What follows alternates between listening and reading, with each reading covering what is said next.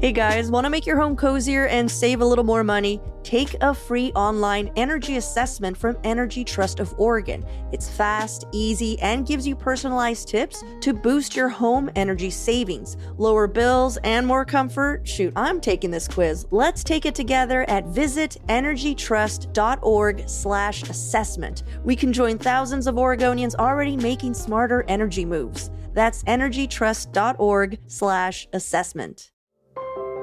You can make a difference in someone's life, including your own, with a job in home care. These jobs offer flexible schedules, healthcare, retirement options, and free training. They also provide paid time off and opportunities for overtime. Visit OregonHomeCareJobs.com to learn more and apply. That's OregonHomeCareJobs.com.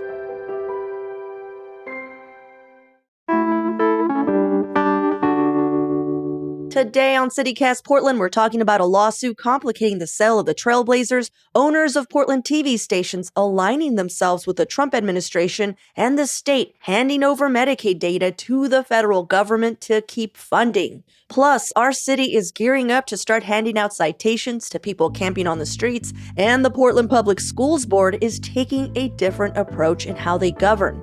Joining me on this week's Friday News Roundup are Willamette Week reporter and author Brianna Wheeler and our very own executive producer John Notarianni. It's Friday, September 26th. I'm Claudia Meza, and this is what Portland's talking about.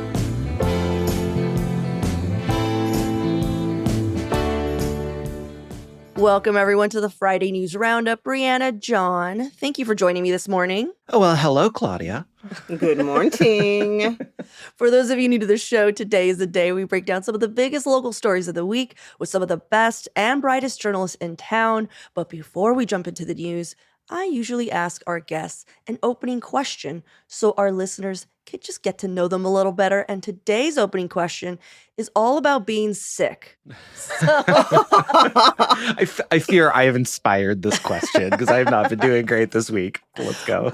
Yeah, we have started our flu season. Our team is starting to drop left and right, myself included at one point.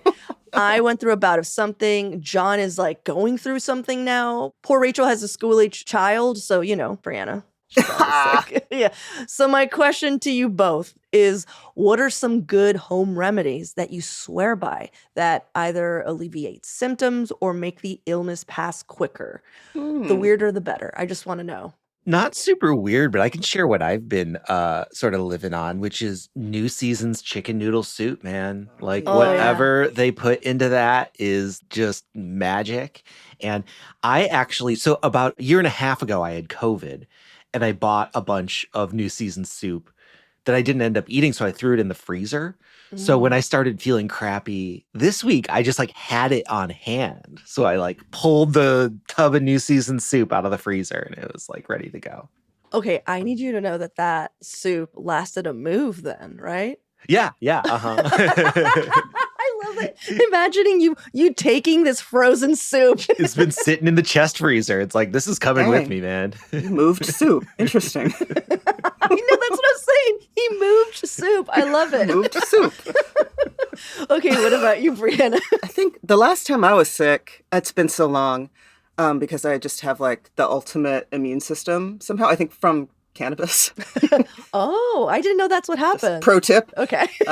Yeah. So, okay. Yeah, I actually do have a pro tip, I guess, is that cannabis, and I'm not necessarily talking about smoking a fat doink or a blunt or anything, but cannabis CBD specifically, it helps modulate your immune system. Doesn't necessarily make it stronger or weaker. It just kind of modulates it so that you can have these correct immune responses. So the last time I was sick, of course, I did weed. I also like to just do a ton of drugs and just sleep for a week. And that works for me, though I cannot recommend that. Okay, there we go. Your results may vary.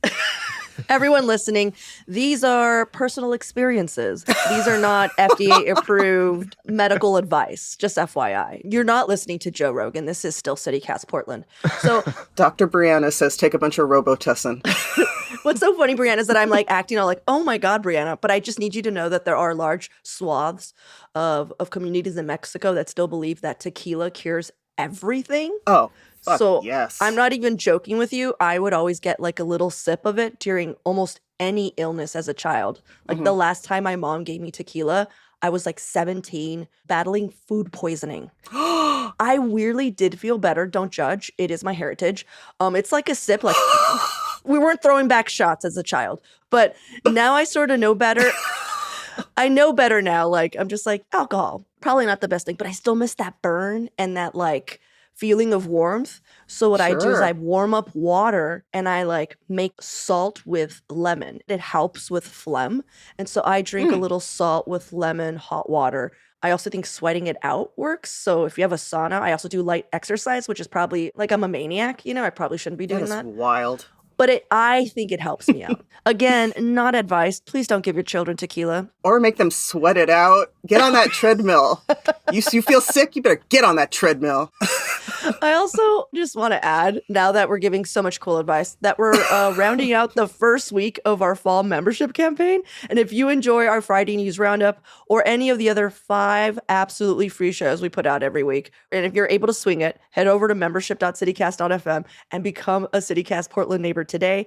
You'll not only get member perks and benefits like ad-free listening and free tickets and invites to member-only events, you're also sustaining the local conversation we're creating together. One that's curious, passionate, human, and deeply interested in this city that we love. Like, where else are you going to learn that tequila might cure every ailment, according to my mother? Or as we'll be digging into in a bit, how the city's going to actually start enforcing its camping ban. Just this week, we aired a show about homeless families and how these families are not only not being properly documented in our city and county's homeless count, but we also don't have really many resources set up for them, like we do for homeless single adults. But I also just finished taping a neighborhood guide for Rose City Park. So we're able to keep you connected in so many different ways, and we need your help to make it happen. Again, membership.citycast.fm. There's tote bags, new ones. So much great stuff. So much. I mean, the perks are aplenty, I would say. Oh, yeah. So on to the news of the week. John is going to kick us off with a lightning round style segment where he's going to share 3 headlines, each under a minute. Brianna, I don't think we've done this when you've been on, but I do time him. There is a buzzer. It is my mouth.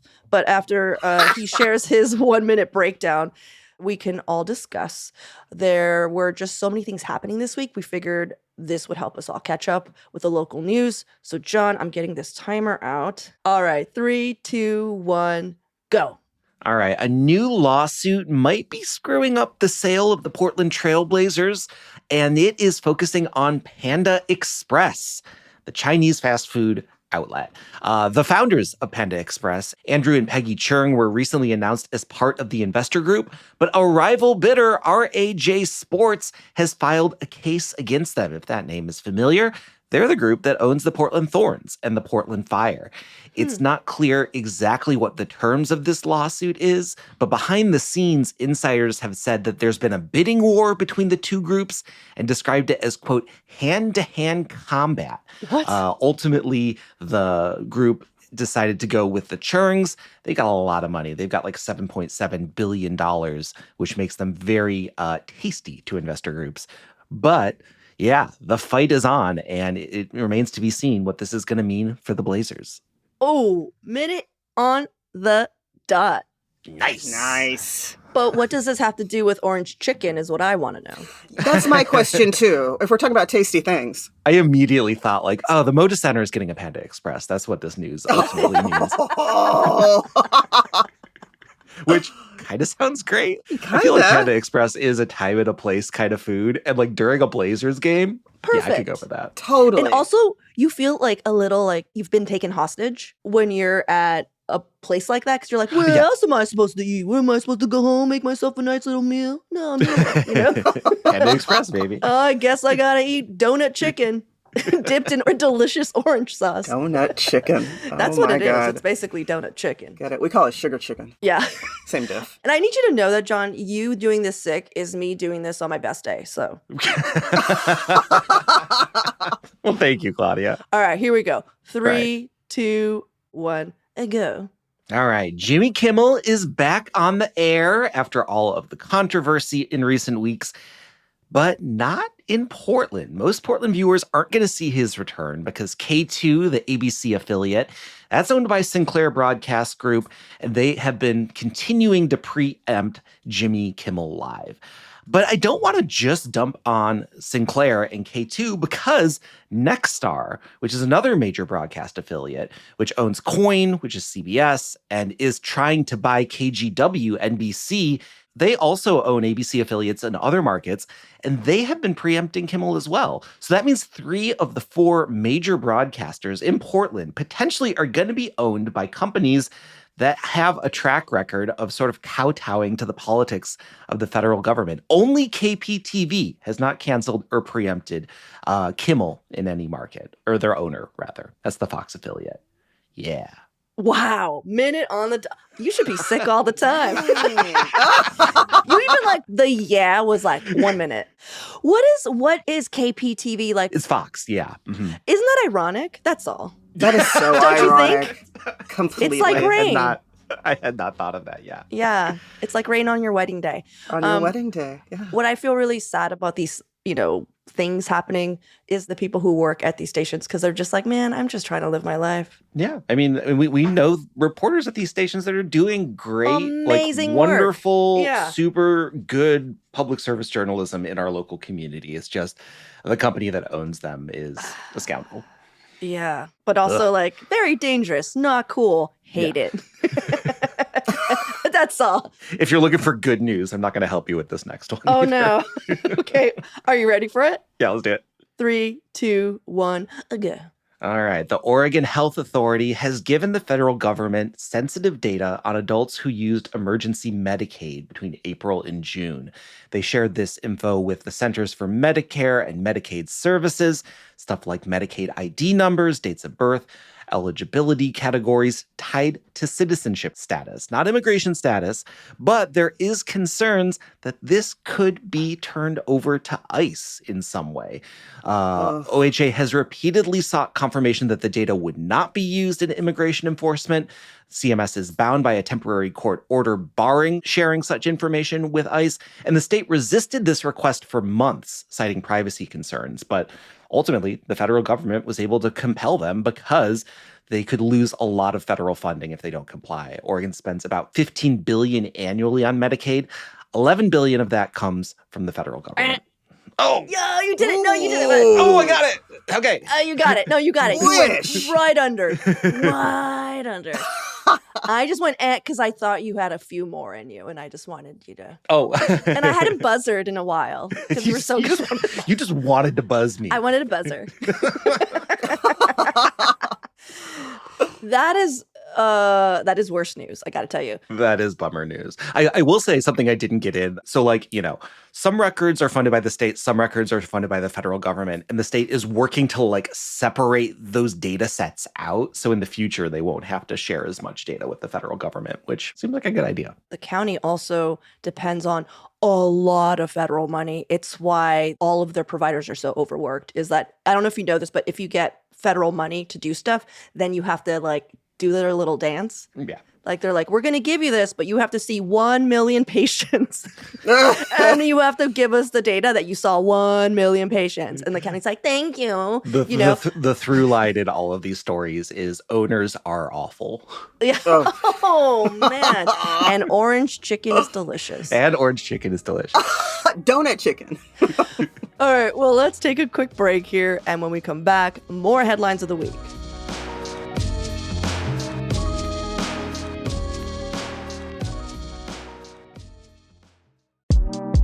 Paint Care has 3 simple rules to help you paint smarter. 1, buy only what you need.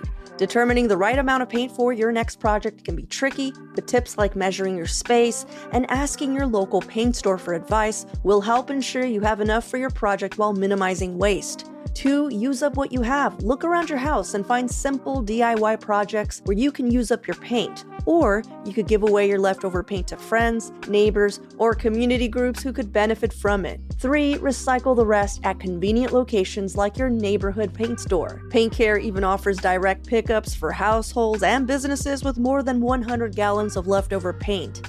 Learn more or find a paint drop-off site near you at paintcare.org/3simplerules.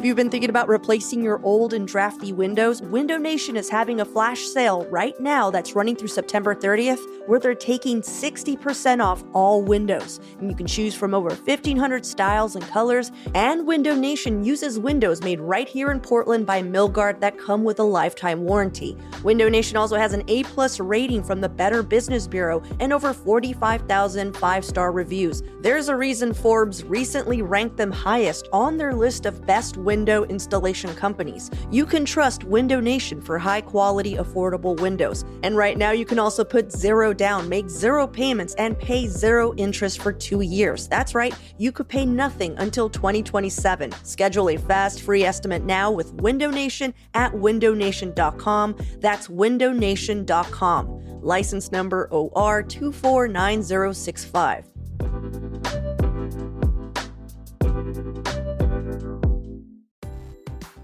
Learning a new language opens the door to new friends, new cultures, maybe even a whole new life. So why not start that journey today?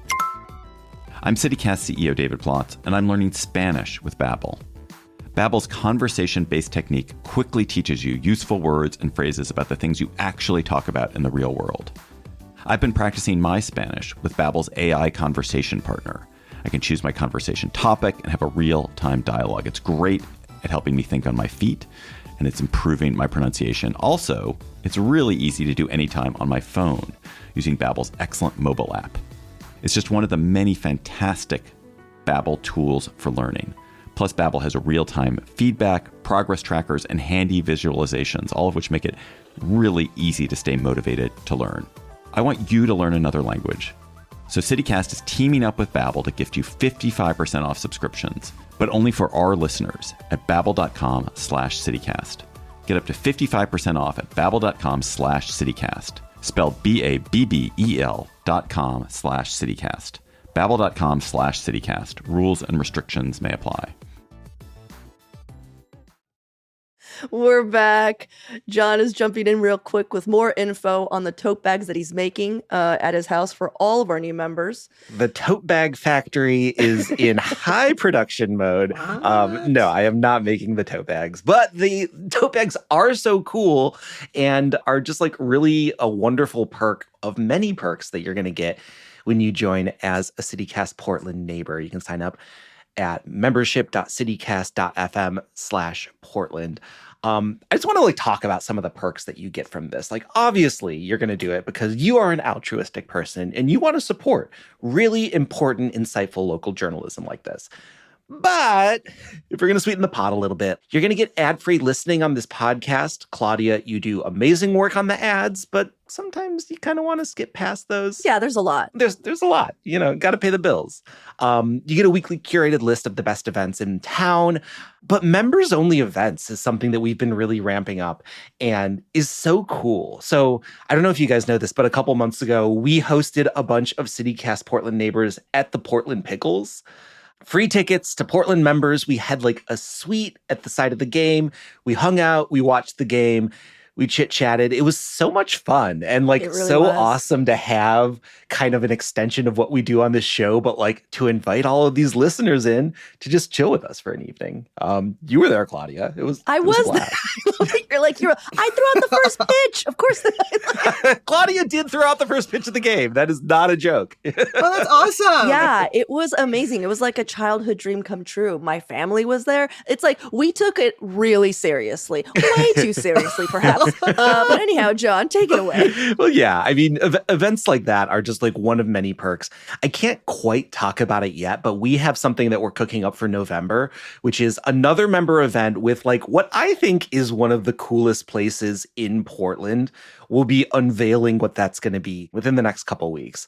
But we're going to be doing a handful of these every year, and we would love for you to be a part of it. We would love for you to get that invite when you join as a Portland neighbor. $10 a month or $100 a year. You can sign up today and get all these perks. Membership.citycast.fm/Portland. Nice. All right, guys. So my headline this week comes from the Oregonian City Hall Reporter, and frequent Roundup guest, Shane Dixon Kavanaugh, it appears that the city is going to resume enforcing the city's camping ban after hitting pause on it for many, many, many months. If you're like, camping ban? What camping ban? Let me remind you, this is a city ordinance that went into effect last year in July, and it prohibits people who have been offered reasonable shelter from camping on public property or rights of way, because we didn't really have much of any reasonable shelter to offer people, which is why the city wasn't enforcing it. But now that Mayor Keith Wilson's shelters have been going online and we have something like 630 new beds, police will begin issuing citations again November 1st. By the way, this was all found out via a video recording Shane was able to get from a meeting that was focused on downtown livability issues that Skylar Brocker Knapp, who oversees Portland's homeless services and livability programs, was part of. According to what Skylar said in the video, first responders and teams of social service workers are going to spend the next several weeks doing outreach about the camping ban so people living on the street know what's coming. And in a statement shared on Wednesday to the Oregonian, the mayor said, "We cannot arrest our way out of homelessness, nor should we. We must, however, return to enforcing our existing codes on open drug use, illegal dumping, blocked rights of way, fire, and other sanitation and quality of life issues." But police will be performing warrant checks on those who receive citations, though. So those who violate the ban can face penalties, including fines, arrest, and jail time. And I checked with Shane because I was like, okay, so how many citations does that have a fee? What's going on? And he said, per Title 14, the first 2 citations a person will get is just a warning. A third violation can lead to a $100 fine or 30 days in jail. But an interesting facet of the rules they're enforcing is that homeless individuals must keep their camping area tidy if they can't access shelter. So if they do get a citation, but there is no available shelter, they're still going to be told to clean it up, not block the right of way or whatever, that kind of thing. So curious, what do you guys think? I think John knows what I think, but I'm curious what you guys think. I'm just seeing so many echoes of Portland's just struggles with enforcement of laws in weird and confusing ways. I mean, in a lot of ways, this sort of feels like Measure 110 all over again, which was the drug decriminalization law that had a lot of citations involved. And it was just sort of widely panned once it actually got implemented, and the police officers were like, why am I going to be going around giving people notes? This isn't what I want to do. There's always been the implication that there needs to be some sort of enforcement that was going to be coming down the road with all of these homeless policies. But I mean, we will see how this plays out. And I just think that this is potentially going to be a pretty messy situation. Yeah, I agree. Is this going to take an entirely new task force to walk around the entire city? Hey, what's your name? Hey, how you doing? How can we, who's on the ground doing it? Where are these people coming from? Okay, for one, just when you said that, I just imagine someone being like, "How you doing?" And just who's out We've here? imported thousands of New Yorkers to patrol the streets of Portland. Hey, how you doing? Shit. But anyway, I think it's the police, which we have so many of. Yeah. Sarcasm, Claudia's. Yeah. We have at least 10 of, I believe. I can firmly say we have 20, maybe. I'll be very honest. It's a bummer when an encampment sets up in my neighborhood because most often they are blocking large sections of sidewalks and all the things that we're hearing, spreading some pretty unhygienic trash. And here's the thing in my neighborhood. We do have a community of homeless neighbors that have lived here for a while, and we know them by name. They don't bother anyone. We don't bother them. I'm way more than okay with sharing unused public space that's going to waste, if homeless neighbors need it. But if they're obviously amassing a stolen bike arsenal or starting random fires either on accident or on purpose, which has happened multiple times on my block, or very publicly doing drugs in various states of nudity, at a certain point, ignoring that behavior in the name of kindness and compassion is also stripping them of dignity and humanity. And being homeless also doesn't excuse anyone from being a bike thief or an arsonist or just a fucking creep. And I know that I'm speaking at a very much extreme of like human rights of shelter, because like that's really where we should be focusing this conversation. But I just feel like as a super liberal city, we sometimes just make too many excuses for people in the name of compassion, which is just misguided guilt and that like fuck you dad energy that we all need to live here. God.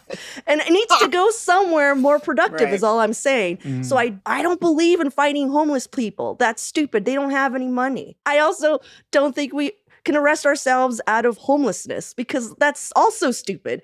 And we also know most people we see daily on the street aren't just homeless. They're struggling with addiction and mental health issues, and that being homeless part is just a symptom of these larger rooted issues. And our county and city knows this. They're not dumb. Most of them are actually experts in this field, but I also acknowledge this is all we have right now. And like Mayor Wilson didn't come in with a blank slate. He came in with like the county had at one point a ton of money and then not using it for the things which are the deep-rooted issues of the addiction and the mental health. You know, like he came in with a bunch of shit coming through and then also a camping ban that was thrown at him that he had to Right. So what I'm saying is I'm laughing because I'm just like, dude, we're all between a rock and a hard place. Seriously. Yeah. Yeah. Yeah. I think that's fair. Mhm. And I'm not saying like, hey, we should be cool with feeling like people are getting stripped of their humanity. I'm not saying that. But I'm also saying that ignoring the issue in the way we have of just sitting on our hands is also not a great idea. So citations, fines, jail, like that just doesn't seem right. But we need to start doing something that triages people. And I feel like that's how people are seeing it. You know, John, you've heard it yourself. Like when we have providers coming through, they're like, yeah, sometimes jail is the only place certain people are getting mental health resources and addiction services because our county is overwhelmed. Right. Yeah. And I do wonder, like, when the city wants to make a lot of noise about something, it knows how to do it. I wonder how, even if these policies are going into effect, like how aggressive the city is going to be in enforcing them. You know what I mean? Just because this is now a rule doesn't mean that there's going to be the mandate for the police department to scatter around the city and, you know, be issuing tickets and citations and arrests everywhere.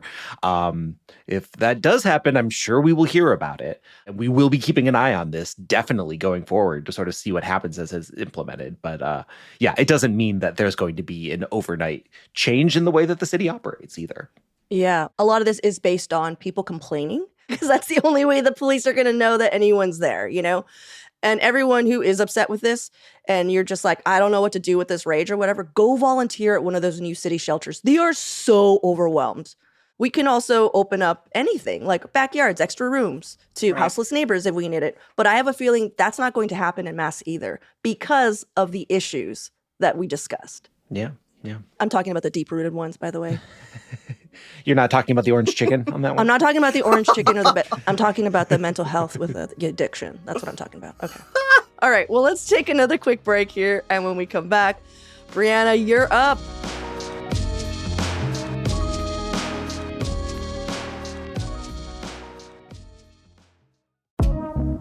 Okay, I have the next 60 seconds to convince you to go check out Doer Jeans. You can time me. Are we ready? Okay, go. Doer makes stylish, bike-friendly clothes that are designed to keep you cool, comfortable, and looking good. They're pioneers of blending technical innovation with everyday clothing without it looking like boring athletic wear. Like, even if these clothes weren't made with Coolmax, which is supposed to regulate your body temp and wick moisture, you would want to wear them. They gave me a pair of jeans to try out, and y'all, they look good. And they're not harnessing the full power of the sun and directing it straight to my legs like most other jeans do when it's sunny and above 70 degrees. Doer is opening a new store right here in Portland on Northwest 23rd. And CityCast Portland listeners get 15% off their first order. You can either just mention the code CCPDX for your first in-store purchase or go online at shopdoer.com/CCPDX. That's shopdoer.com/CCPDX. 60 seconds on the dot. This episode is brought to you by Mubi, a global streaming service dedicated to elevating great cinema. On Mubi, you can stream beautiful, hand-picked films anytime, anywhere. And right now they're streaming Vice is Broke, directed by author, producer, host, and chef Eddie Wong. This documentary follows the wild rise and fall of Vice, from a scrappy Montreal alt-punk zine to a $5.7 billion media empire, and ultimately to its dramatic bankruptcy. You can watch Vice is Broke and so much more exclusively on Mubi, and the best part is you can try it free for 30 days on us. Just head to mubi.com/citycast25. That's mubi.com/citycast25.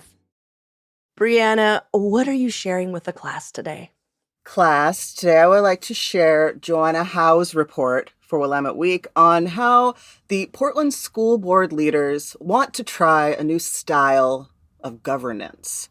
All right, so we are shifting from, minutia of the everyday at the school board, and we are prioritizing bigger picture. Ideally. Fingers crossed. We'll see how it works out. So there was like a little bit of a whistleblower moment at the September 9th school board meeting.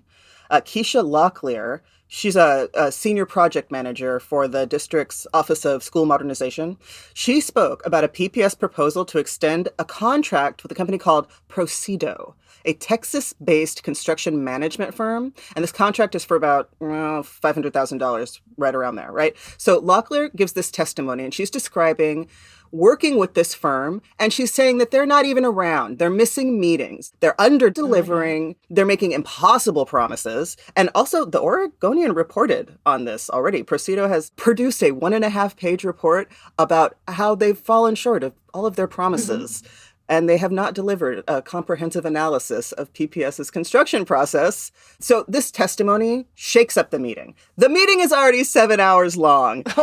Just a marathon of a meeting. And then they drop this whistleblowing moment at the end. So the board passed a contract extension with Procedo nearly unanimously, right? So this approval, it opens the window on a philosophical shift of what is happening. Right now, this is a dramatically different school board than what we started the year with. We had this May election. It altered the composition. The longtime incumbents were gone. We've got new people taking their seats, and it's like the mom board. Remember we talked about this last time I was on? It's the mom board. So Joanna asserts that there might be a hangover from the previous board. And that in part might influence a desire by the board leadership to try something new. And that something new is like, stop sweating the small stuff. But that is kind of what the whistleblowing was about. Sweating small stuff. Getting caught up in that is what is hindering real, big, honest progress. Right? Now, this is going to be a hard year for PPS. We're consolidating schools. We're redrawing boundaries. And these are explosive. These are complex topics. And also, the Association of Teachers are negotiating their next contract with the district. It's just, bumpy road. Yeah, oh my goodness. Just a lot. It's a lot. It's a lot. And Michelle DePass, I love this quote. She says, we need to move forward. I've been sitting here for 6 fucking years watching nothing happening. We need to get the job done. Ooh, girl. She said the F-bomb? She dropped an F-bomb. Wow. Oh, I love her for that too. You know I love her for that. You know I do. Oh my God. I saw snap it in the air when I saw that one. So the lone no vote, Engelsman, she says that it felt premature to extend the contract before seeing the firm's work. Yeah, that's okay. Yeah, that makes sense.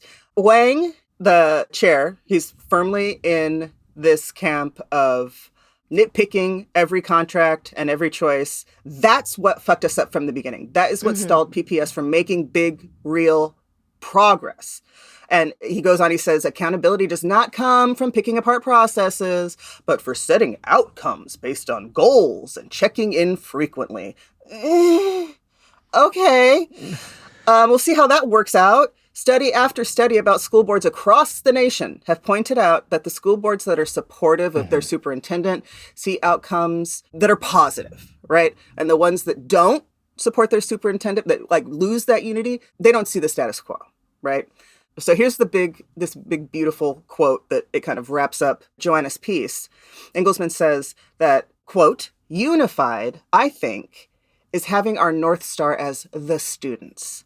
I guarantee you everyone on the board right now has that as their North Star. Our priorities, our objectives, our values.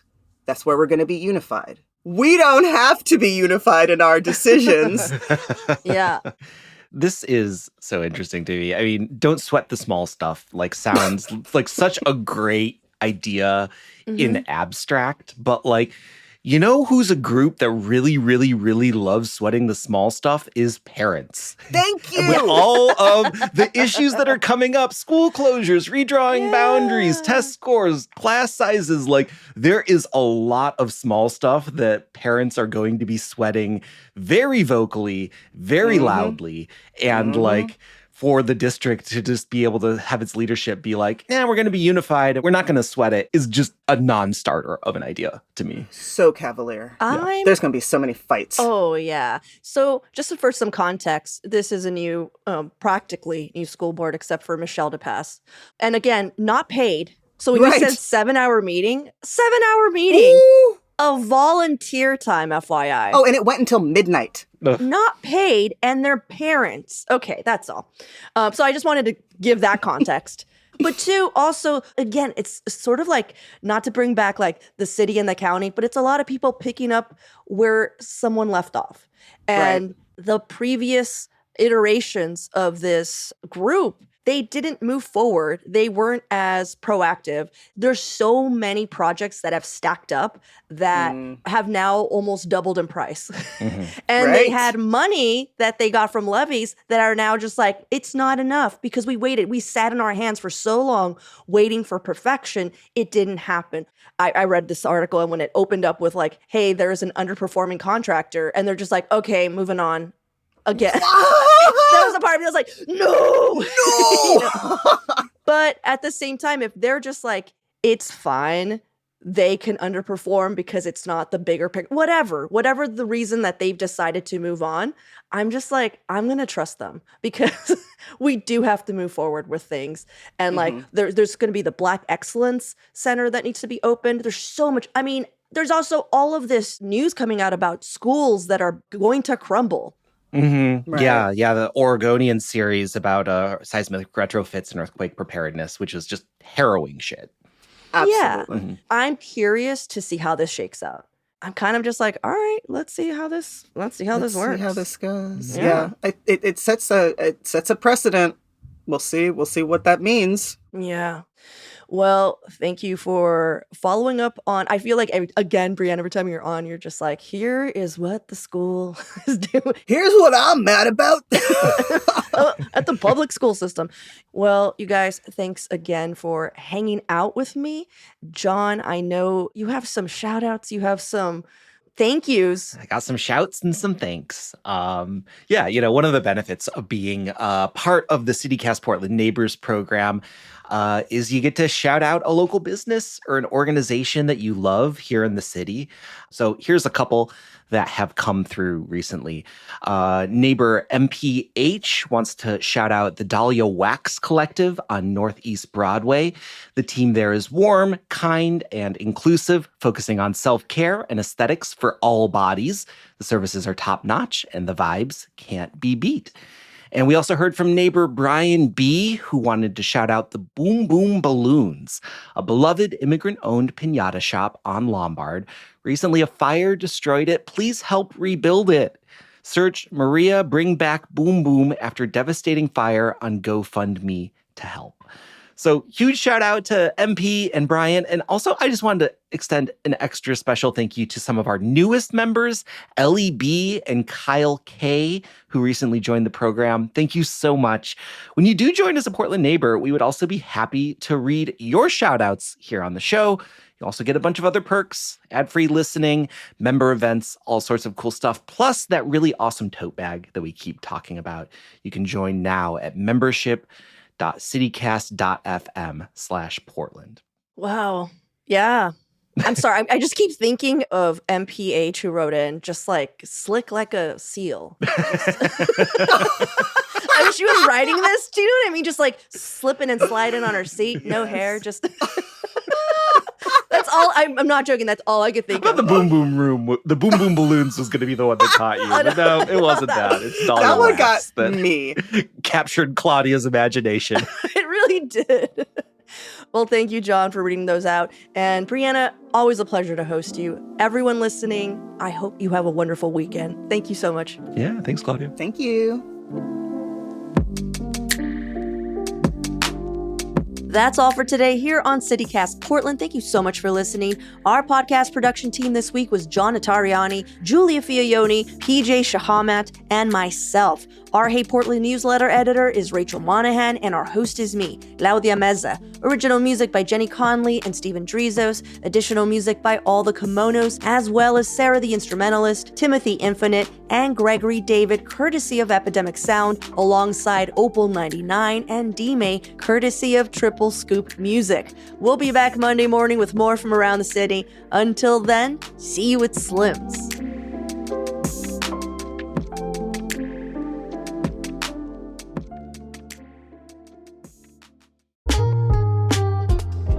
Hello, it's Claudia Meza, host of CityCast Portland. You probably know from listening to the show that I love Portland and I love helping you feel more connected to it. But the only reason this show works is because of you. You tune in because you're genuinely invested in the local conversation. And if I had to guess, I'm thinking you're someone who shops local whenever possible. You've probably signed a petition or two to help out your neighbors, and I wouldn't be surprised if you're carrying your library card right now in your wallet. If this sounds like you, I'd like to invite you to join CityCast Portland Neighbors. Our membership program is designed to help folks like you who care about our city engage more deeply with life here. You'll get invites to member-only events like happy hours, insider tours, and volunteering opportunities. You'll also get a curated weekly roundup of the best things to do in the city and the chance to share what you love about Portland on our podcast and newsletter. Plus, your membership directly supports the people making this podcast so we can keep bringing you the local stories that matter. Become a CityCast Portland neighbor for only $10 a month or $100 a year at membership.citycast.fm. That's membership.citycast.fm. And now through October 3rd, when you sign up, you get this awesome tote bag that says, Neighbors Make Portland. Because it's true, when neighbors show up, our community thrives. So if you join today, you'll get that tote at membership.citycast.fm. Thank you so much.